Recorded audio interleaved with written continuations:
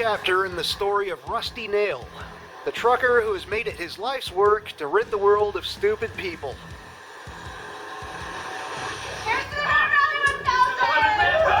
Speaking of which, the protagonists in this movie consist of a racing team who are testing out their rice rocket on the outskirts of bumfuck nowhere.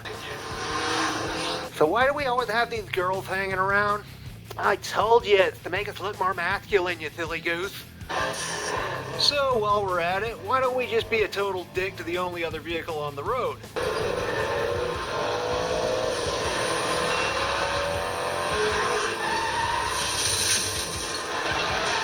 Ooh, somebody's in big doo-doo now.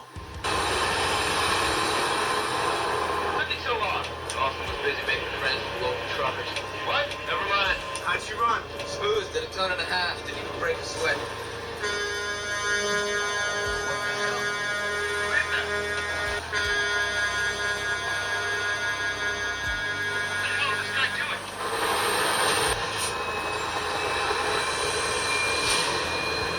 One very interesting thing about Rusty Nail is he does not choose his victims. They choose him. He only goes after people who have wronged him, as well as anyone who may be associated with that person. Now, a serial killer with morals may be a bit of a tough pill to swallow. However, let's just take a moment to observe how he throws himself out of control and out of the chase simply to avoid an innocent motorist.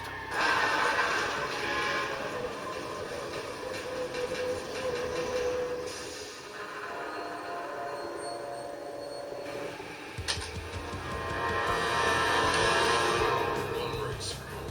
Come back, one racer. Are you out there? Who is this? I'm the trucker you just ran off the road, Jordan. And FYI, you're not gonna make it to that race. One trend I'm noticing in these sequels is with each movie they add more protagonists.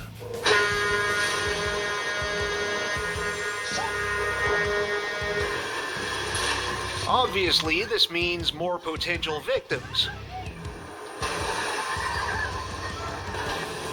Normally, killing off main characters is a risky endeavor, but when you have so many of them that there's no room for character development or audience attachment, they're expendable.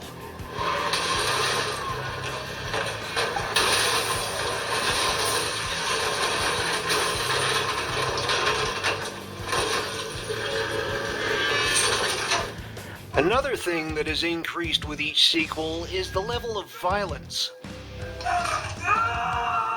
This one is so gory, I really can't show you that much on YouTube.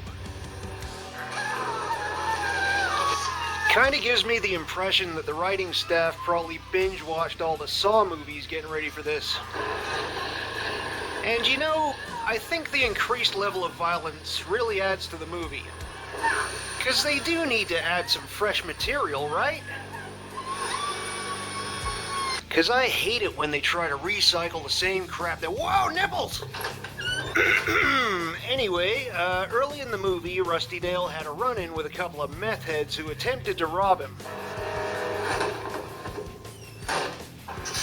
So how's this for a Saw-style challenge?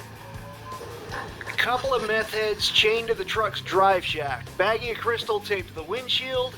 If either of them reaches for the bag, they both die. Right.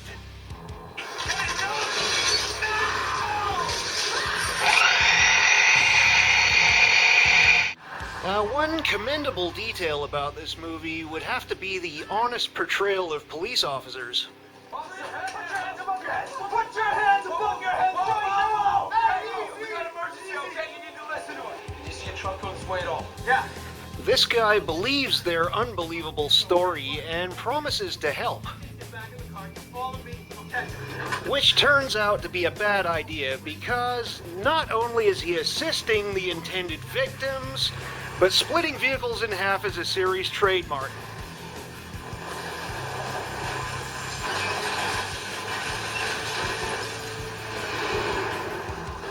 Well, in the end, Homeboy realizes, hey, I can operate a crane.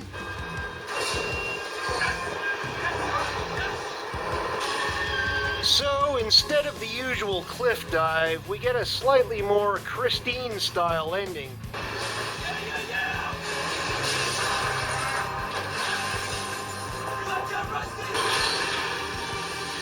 You know, if they're gonna keep shitting out sequels to this story, maybe it's time they made the transition to full-on comedy.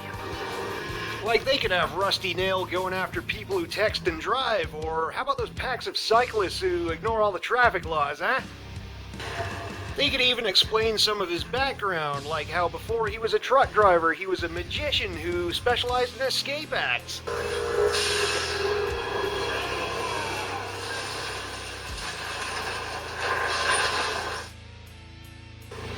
I want to see the body.